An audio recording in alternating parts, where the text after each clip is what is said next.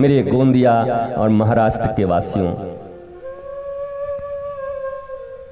आज एक अवसर तुम्हारे सामने उपस्थित हुआ है। गोरखनाथ जी और रैदास जी की एक प्यारी सी बात मैं हर जगह सुनाता हूं, तुम्हें भी सुना दूं। रैदास जी के द्वार पर गोरखनाथ जी गए हैं। भिक्षाम देहि, अलख निरंजन, अलख निरंजन। उस समय रैदास जी अपने जूते को बनाने में, चमड़े के जूते बनाते थे, अपना व्यस्त थे, पानी कठौती में लेकर के चमड़े को ठीक कर रहे थे। ऊपर देखा ही नहीं। इन्होंने फिर कहा भिक्षाम देहि, भिक्षाम देहि। तो उसी हाथ से जल उठाया और जल उठाकर उनके पात्र में डाल दिया। गोरखनाथ जी ने देखा, बोला कमाल का आदमी है ये, तो अद्भुत आदमी है। पर रैदास जी इतने बड़े संत होकर ऐसा क्यों कर दिए? चमड़े का पानी दे दिया। बस फिर बोला कुछ नहीं, क्योंकि गोरखनाथ जी भी बड़े ऊंचे योगी हैं। बोला चलो कबीर के यहाँ कुछ मिले तो वहां से लो। कबीर के द्वार पर गए। भिक्षाम देहि, भिक्षाम देहि।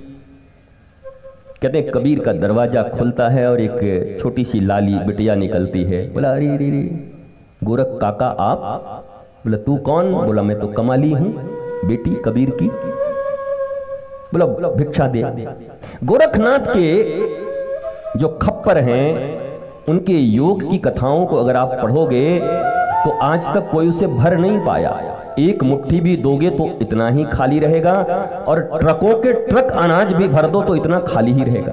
जैसे पुष्पक विमान के संबंध में कहा जाता है, वैसे ही गोरखनाथ जी के खप्पर के विषय में कहा जाता है, उसे कोई भर नहीं सकता।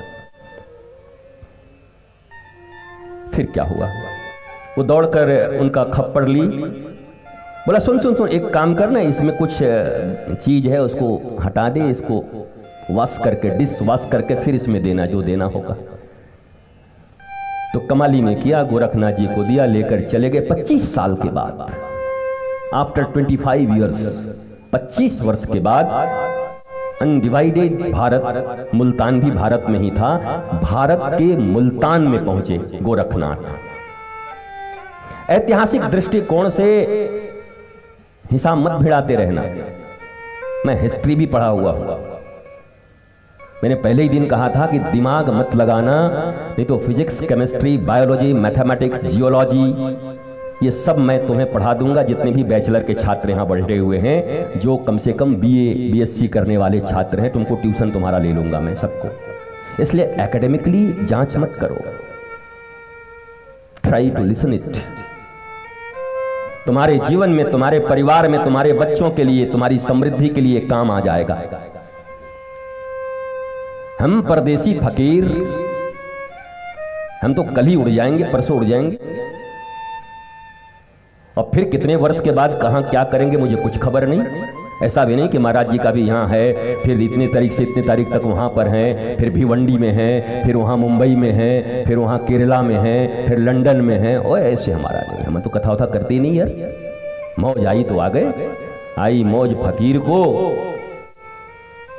तो अपना अभी वृंदावन का दिया झोपड़ा फूक, और प्रफुल्ल जी के घर में अपना नया झोपड़ा बना दिया 3 दिन के लिए, कि यही झोपड़ा बन जाए, क्या दिक्कत है, अपना है ही वो। तो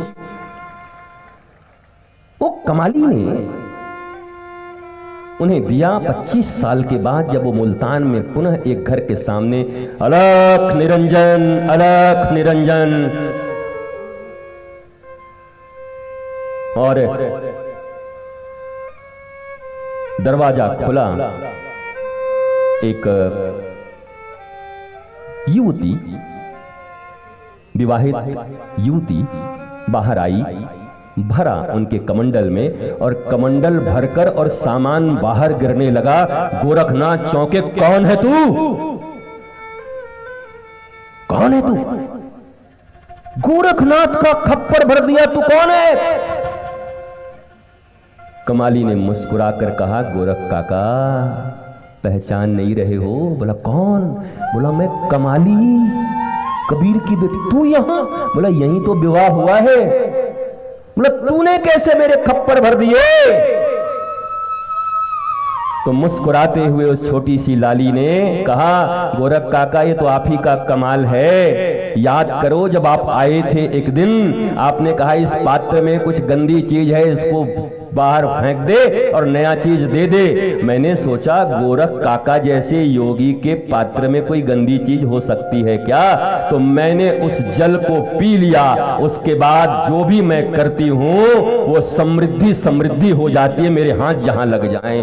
गोरखनाथ ने ऐसे देखा, हो बड़ी भूल भई। योगी थे, खेचर वृत्ति प्राप्त थी, आकाश में गमन करते थे। प्रफुल्ल जी तो एविएशन मिनिस्टर थे, तो हवाई जहाज उड़वाया करते थे, पर गोरखनाथ जी स्वयं उड़ा करते थे। खुद ही वो वृत्ति थी भीतर में। और मैं इस बात को मानता हूं कि इन कमिंग डेज इनबिल्ट वो शक्तियां हमारे भीतर में होंगी। अगर हम डेवलप कर पाए तो हम बहुत सारे काम कर पाएंगे। ये कोई चमत्कार नहीं है। चमत्कार जिनके पास जितनी जानकारी है उससे ऊपर की चीज उनके लिए चमत्कार है, पर उससे ऊपर के स्टेज को जो जानता है उसके लिए वो ज्ञान है।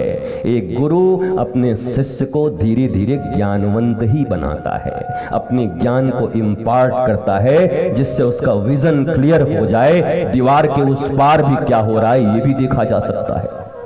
ये तो सामान्य यौगिक प्रक्रिया है। गोरखनाथ आंख बंद किए और सीधा फिर आ गए मुल्तान से फिर रैदास जी के पास। आज भी रैदास जी वही अपना जूता बना रहे हैं, उसी में मस्त हैं। संत बड़े हो गए, पहले भी बड़े थे, लेकिन जूता बना रहे हैं। गोरखनाथ जी आए, बोला अलख निरंजन, अलख निरंजन भिक्षाम देहि। गोरखनाथ जी ने 3 बार 4 बार कहा, उन्होंने सुना और सुनकर अचानक दिया कुछ नहीं, और उनके कंठों से एक स्वर फूट आई रैदास जी के, जो शायद तुम समझ गए तो तुम्हारा जीवन भी बन जाएगा और हनुमान जी की कथा भी सफल हो जाएगी। उन्होंने बस यही गुनगुना दिया, जब दिया तब पिया नहीं,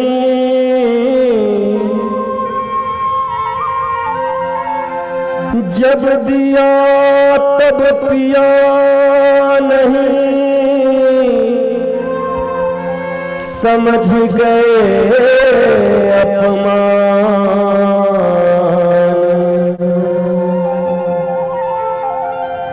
अब यहाँ क्या ढूंढे रे बंदे, वो पानी पहुंच गई मुल्तान। जब दिया तब पिया नहीं, समझ गए अपमान। गंदा पानी देता है अपमान, तो अब यहाँ क्या ढूंढे रे बंदे, वो पानी पहुंच गई मुल्तान। बोला गोरख अब यहाँ क्या ढूंढते हो, वो तो 25 साल पहले ही मैंने आपको दिया था, तब तो अपमान समझ गए। अब वो पानी तो मुल्तान पहुंच गई। गोरखनाथ जी रोने लगे, मुल्तान से ही तो आ रहा हूं, वही पानी का प्रभाव देखकर।